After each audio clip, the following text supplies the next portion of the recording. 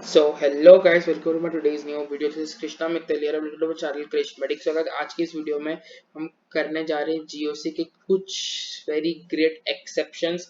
ये हमारा आज का जो टॉपिक है वो है बेसिसिटी ऑफ अमाइंस। ये गाइस इसमें बहुत सही क्वेश्चंस बनते हैं। तो चलो हम सबसे पहले देख लेते हैं अमाइंस कितने टाइप के हो सकते हैं। तीन टाइप के, 1 डिग्री, 2 डिग्री और 3 डिग्री। ये है 1 डिग्री अमाइन,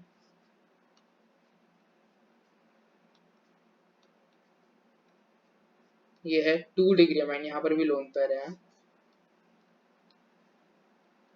ये है 3 डिग्री अमाइन।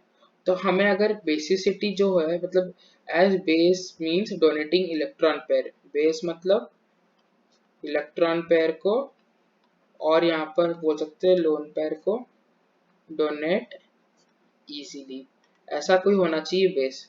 तो मतलब जितना ज्यादा प्लस आई, जो मतलब प्लस है मतलब क्या, इलेक्ट्रॉन लेने की कैपेसिटी, इलेक्ट्रॉन रिलीजिंग ग्रुप, जितना ज्यादा प्लस आई होगा उतना ज्यादा बेसिसिटी होगा। ओके, तो इस हिसाब से R3N, this is the most, then R2NH, and then RNH2, or we can say 3 degree, 2 degree, 1 degree, or then NH3. Guys, this is the most important thing, इसको अगर आप highlight कर सकते हैं ये हमारा, लेकिन ये ना हमेशा ट्रू नहीं होता, इसके लिए कंडीशन अप्लाई। ये गाइस बहुत इंपॉर्टेंट है। ये तब सिर्फ और सिर्फ is possible in gaseous phase. कौन सा phase? Only if these three these three are present in gaseous phase। जब ये गैसियस फेज में प्रेजेंट होगा तभी this is gonna to take place. Okay, अगर हम देखते हैं अगर ये गैसियस फेज में प्रेजेंट नहीं है, और हम अगर नेक्स्ट में चल जाते हैं, यार नेक्स्ट में हम चल जाते हैं, अगर ये गैसियस फेज में प्रेजेंट नहीं है क्या होगा? गैसियस में नहीं है तो क्या, पोलर एक्वस सॉल्वेंट में होगा। But in polar aqueous solvent solvation occur, क्या होता है? सॉल्वेशन हो जाता है, और क्या होता है? स्टेरिक हिंड्रेंस बढ़ जाता है। स्टेरिक हिंड्रेंस बढ़ जाता है माने क्या? माने जो आयंस में डिसोसिएट हो जाते हैं, सपोज ऐसे अगर कोई NaCl है, वो अगर डिसोसिएट हो गया Na प्लस और Cl माइनस में, और अगर ये नॉर्मल गैसियस फेज में, लेकिन जब NaCl एक्वस कंडीशन में होता है तो वो Na प्लस हो जाता है और Cl माइनस, वो ठीक है। लेकिन यहाँ पर जब Na प्लस होता है ना, उसके चारों तरफ बहुत सारे Cl के मॉलिक्यूल्स आ जाते हैं, तो यहाँ पर स्टेरिक हिंड्रेंस बढ़ जाता है, यानी positive attracts the negative ones towards itself, that's why the steric hindrance increases. इसीलिए जो एक्वस सॉल्वेंट के केस में क्या होता है, स्टेरिक हिंड्रेंस इंक्रीज हो जाता है। That's why there is a tendency that this order of amines of basicity of amines changes and like. और इसका जो दो केस है, R double bond CH3, if R is CH3 not double bond, if R is C2H5, अगर यहाँ पर जो हमने R ग्रुप जो जोड़ा था ना, वो अगर मीथेन ग्रुप है तो इसका ऑर्डर आ जाएगा 2 डिग्री, 1 डिग्री एंड 3 डिग्री, और NH3 तो सबसे लास्ट में ही होगा, ठीक है। और जब इथाइल ग्रुप है, as an alkyl group, ethyl group है, इसका ऑर्डर हो जाएगा 2 degree, 3 degree and 1 degree and then NH3। So guys this are very important, मतलब बहुत इंपॉर्टेंट है। आप इसे कोड वर्ड से याद कर लो, 213 एंड इसका 231, माने इथाइल का 231 और मिथाइल का 213। अगर आपको ऐसे भी याद नहीं होता तो अगर आप कैसे कर सकते हैं, देखो methyl is the lighter group, और यहाँ पर है 213 which is also a smaller number as compare to 231, और ethyl is a heavier group comparatively, क्योंकि यहाँ पर 2 कार्बन है, 5 हाइड्रोजन है, और and so it is a heavier group, and 231 is relatively higher than 213, तो 231 ज्यादा होगा 213 के। दैट्स व्हाई आप ऐसे ऑर्डर याद रख सकते हैं, एक ट्रिक है ऑर्डर याद रखने की, 213 एंड 231। चलिए हम इसका ऑर्डर एक क्वेश्चन, इससे हम कुछ क्वेश्चंस कर लेते हैं। तो चलिए बेसिक स्ट्रेंथ हमें बताना है इन कंपाउंड्स का, NH3 CH3 NH2 CH3 whole twice NH। अगर जब ऐसा क्वेश्चन दिया होता है तो हम कंफ्यूज होते हैं कि क्या स्ट्रक्चर है, तो हम ऐसा टेंड कर देते हैं इसको ऐसे खोलना CH3 ऐसा खोल देते हैं, but it's actually not like this, it's like NH CH3 and CH3, this is the correct structure and not this।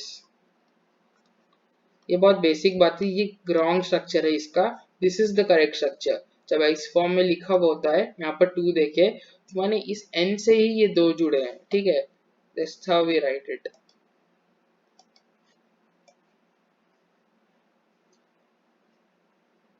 तो guys इसमें अगर आप देखेंगे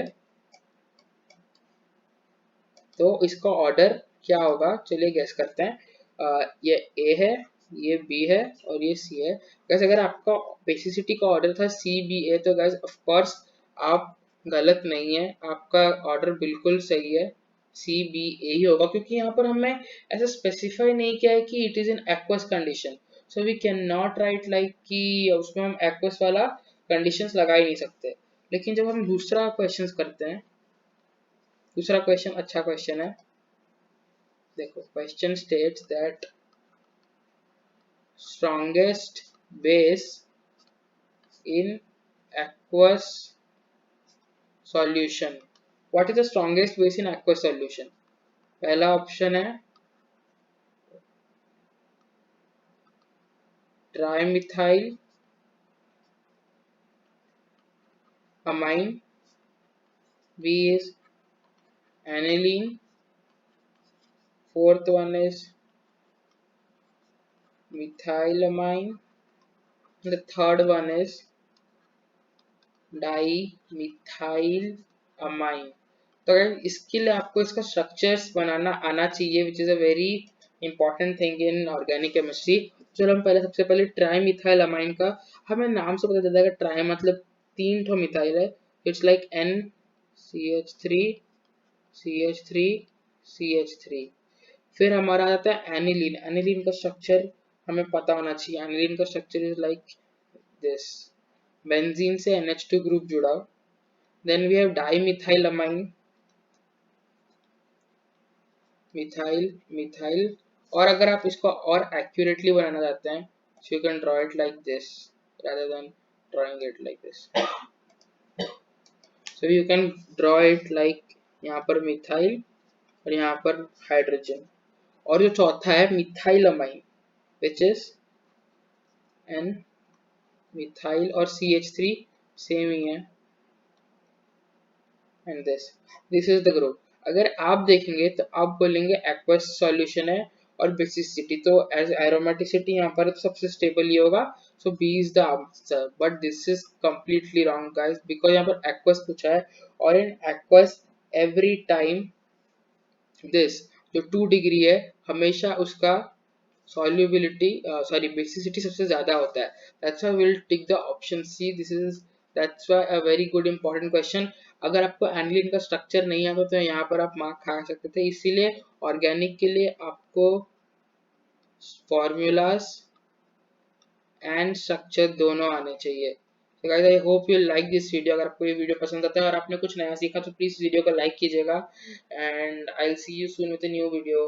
please like this video, comment, subscribe, like, share जो भी होता है, please press the bell icon also if you, so that you can watch my new video as soon as possible।